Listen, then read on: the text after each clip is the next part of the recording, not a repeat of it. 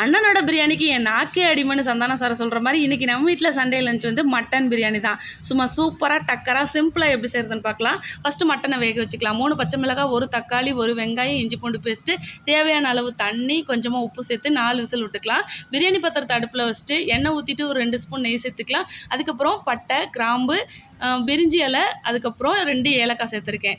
நல்லா வதக்குனதுக்கப்புறம் வெங்காயத்தை நறுக்கி வச்சுருக்க வெங்காயத்தை சேர்த்துட்டு இஞ்சி பூண்டு பேஸ்ட்டு, தக்காளி, புதினா, கொத்தமல்லி, தயிர், ஒரு 1/2 டீஸ்பூன் பிரியாணி மசாலா, 2 ஸ்பூன் தனி மிளகாத்தூள், இவ்வளோ தான் நம்மளோட பிரியாணிக்கு மசாலாவே.